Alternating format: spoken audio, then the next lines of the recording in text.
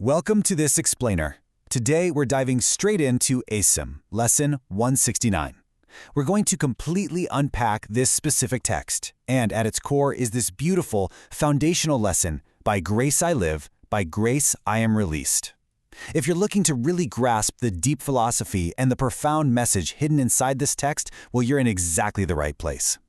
Let's get right into it and break down what this lesson is actually trying to portray to us. So, that primary lesson again.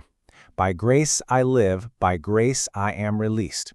This isn't just some passing thought, It is literally the absolute bedrock of the entire text.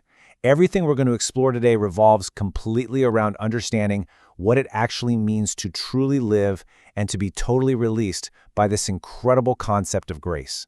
To make sense of this, we have to understand how the source material uniquely defines its terms. Section 1. Defining the gift of grace. To really kick off this journey, we first need to neutrally explore how the text itself defines what is honestly a highly abstract concept. The source material makes it super clear. Grace is not a skill you can just learn from a textbook. It's not a goal you actively achieve through studying. Instead, it defines grace as this profound aspect of God's love that leads the mind entirely beyond the physical world. It's past all learning. But here's the catch. Grace cannot come until the mind actually prepares itself for true acceptance. It's like a gift that becomes instantly inevitable, but only when you've prepared a clean, holy altar or table where it can be gently laid down and willingly received.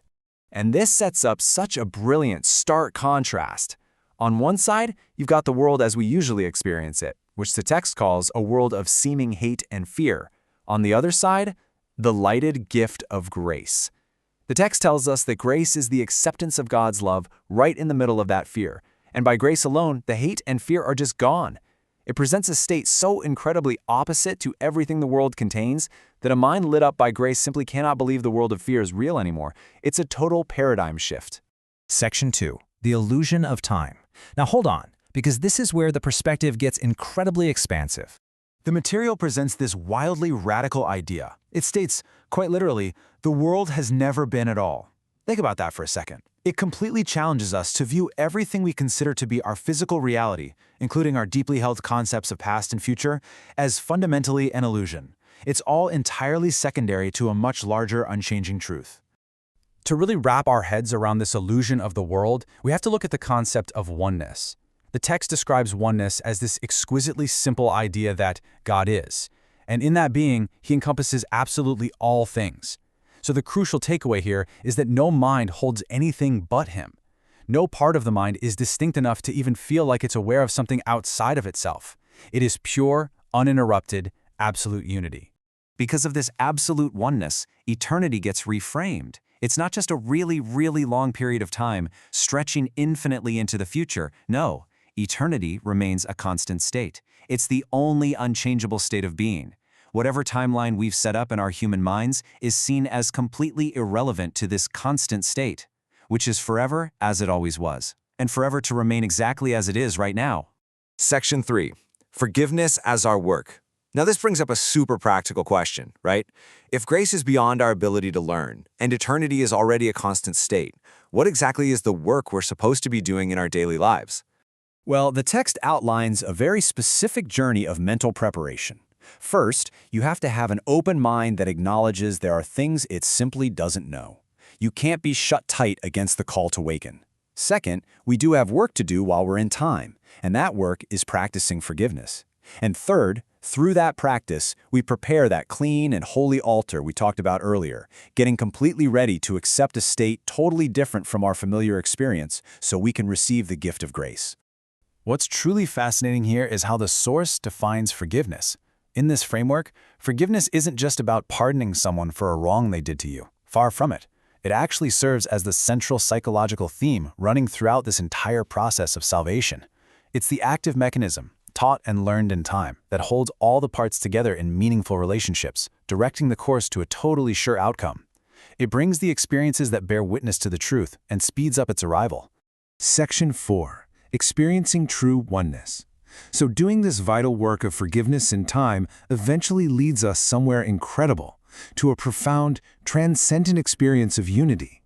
The text suggests that when total recognition happens, it returns the mind into what it beautifully calls the endless present. This is a state of awareness where the past and the future literally cannot even be conceived. You're entirely free from the burdens of yesterday and the anxieties of tomorrow. In this ultimate state of oneness, the text poetically notes that we say, God is, and then we just cease to speak. Because in that knowledge, words are completely meaningless. There are no lips to speak them. There's absolutely no need to try and describe an experience of total, complete unity where everything just merely is. This state is literally described as a total disappearance into the source. The mind unites with its source, and it lies completely beyond salvation. It's past all thought of time, past forgiveness, past everything. It is a moment of total recognition that the mind's will and God's will are exactly the same. It's an experience so profound, so all-encompassing, that the text admits we can't speak, write, or even think of it at all using our normal human faculties. Section 5. Returning to bless the world. Now, you might be wondering, does the spiritual journey just end in that timeless state? Well, no. The text explains exactly why we must return to our daily, time-bound experience. It builds this incredibly powerful contrast for us. It sets up a dynamic between stepping into the timelessness of grace and then returning to the realm of time. You see, the experience that grace provides will actually end in time. It foreshadows heaven, but it only replaces the thought of time for a little while. And that interval is enough. You step into timelessness for that holy instant, but you have work to do. You return to time because there are still people counting the hours, working and sleeping by them, who need you to bear witness to the truth. So we return from this timeless state to play our assigned part. We bring back what the text refers to as miracles, these clear reflections of divine unity. They are brought back from those holy instants of grace specifically to bless everyone around you. It's the literal light of unity lingering on you, offered to every uncertain heart out there that doesn't yet beat in tune with God. Your part is what all the rest depends on. And this brings us full circle, perfectly completing the narrative arc of Lesson 169. It expands on that initial mantra we started with. It's not just, by grace I live, by grace I am released. Because we have this vital job to return to the world and share this reflection of unity, the lesson beautifully expands to, by grace I give, by grace I will release. The very grace you receive to clear your fear is exactly the grace you give to release others from theirs. As we wrap up this explainer on Lesson 169, I want to leave you with a final, provocative question to chew on as you navigate your own journey. If our work is to practice forgiveness, prepare our minds, experience that unity, and then return to help others, how can you bring a reflection of unity back to bless the world today? Think about how you can practice that central theme of forgiveness right now to prepare your own altar. Thank you so much for joining me for this deep dive. Keep learning, keep an open mind, and I'll see you in the next explainer.